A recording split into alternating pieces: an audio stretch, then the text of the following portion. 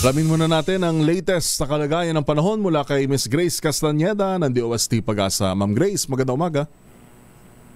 Magandang umaga din po, Sir Yuwel, at sa ating mga taga-subaybay. Patuloy pa rin pong umiiral yung habagat dito sa bahagi ng Luzon at magdadala pa rin po ito ng maulap na kalangitan at mga kalat-kalat na pag-ulan sa Ilocos Region, Cordillera Administrative Region, maging sa bahagi din ng Batanes, Babuyan Island, Zambales, Bataan, at sa area din ng Palawan, Basilan, Sulu at Tawi-Tawi. So patuloy pa rin pong pag-iingat sa posibilidad ng mga pagbaha at pagguho ng lupa. Samantala, sa bahagi naman po ng Eastern Samar, Leyte, Southern Leyte, Dinagat Islands at Surigao del Norte ay magiging maulan din po yung panahon or meron din tayong mga kalat-kalat na pag-ulan na mararanasan.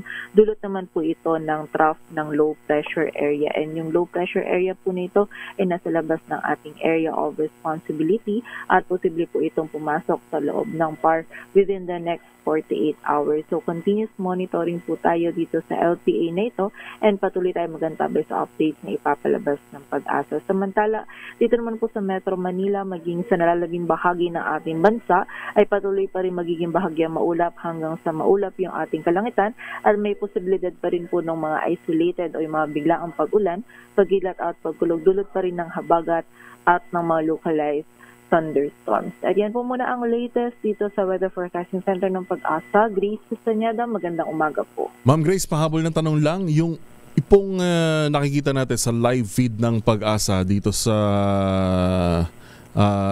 borderline ng Philippine Area of Responsibility, parang may mga namumuong cloud clusters.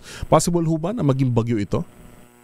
Yes po, na ito pong mga cloud clusters na ito po yung low pressure area po na minomonitor nga natin dito sa labas ng PAR. So yung trough po nito is ngayong araw makaka-apekto na po dito sa may silangan ng Eastern Visayas at ng Northeastern Mindanao, and hindi po natin inaalis yung possibility na sa mga susunod na araw is ma-develop po ito. But sa ngayon po, within 24 hours is unlikely pa po na mabuo ito or maging isang ganap na bagyo.